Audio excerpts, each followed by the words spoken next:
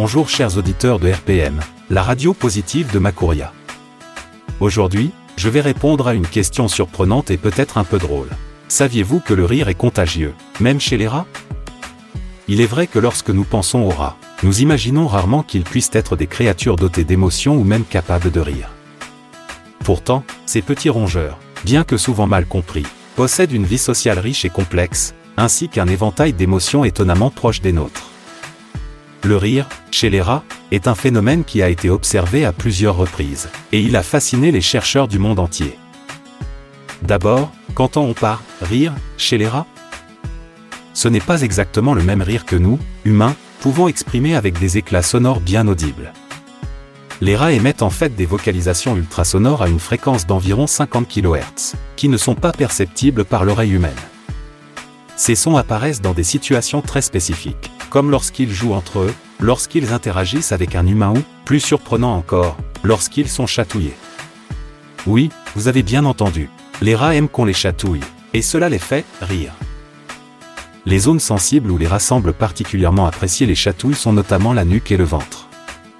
Lorsqu'un rat est chatouillé, il produit ses vocalisations spécifiques, mais il manifeste aussi des signes physiques de plaisir. Il peut sauter de façon joyeuse, comme un petit bond que l'on appelle un « popcorn jump », ou encore chercher à poursuivre la main qui le chatouille, pour prolonger l'interaction.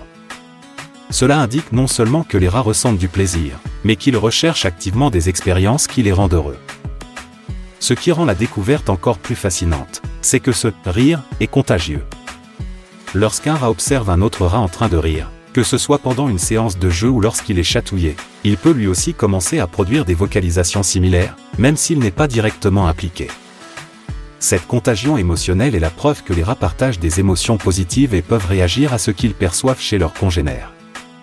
C'est une forme d'empathie, une capacité qui, autrefois, était attribuée uniquement à des animaux comme les grands singes ou les dauphins.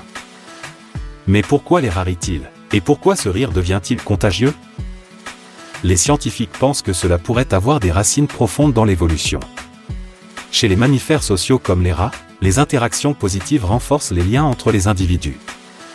Le rire et le jeu créent un sentiment de sécurité et de cohésion dans le groupe, essentiel pour leur survie. En rendant le rire contagieux, ils encouragent les autres membres à participer à des interactions sociales bénéfiques. Il est également intéressant de noter que ce comportement ne se limite pas aux rats domestiques ou de laboratoire. Même chez leurs cousins sauvages, on observe des jeux similaires et des interactions sociales qui favorisent l'apprentissage et la coopération. Cela démontre que ces comportements ne sont pas artificiellement créés par l'homme, mais font partie intégrante de la nature des rats. Enfin, ces découvertes sur le rire des rats ouvrent la porte à des recherches plus approfondies sur les émotions des animaux et leur importance dans la compréhension des comportements sociaux. Elles nous rappellent aussi que les animaux que nous côtoyons, ou que nous négligeons parfois, ont une vie intérieure bien plus riche que nous ne l'imaginons. Alors la prochaine fois que vous verrez un rat, peut-être que vous le regarderez d'un autre œil. Derrière son apparence modeste se cache un petit être capable de ressentir de la joie et de la partager avec ses congénères.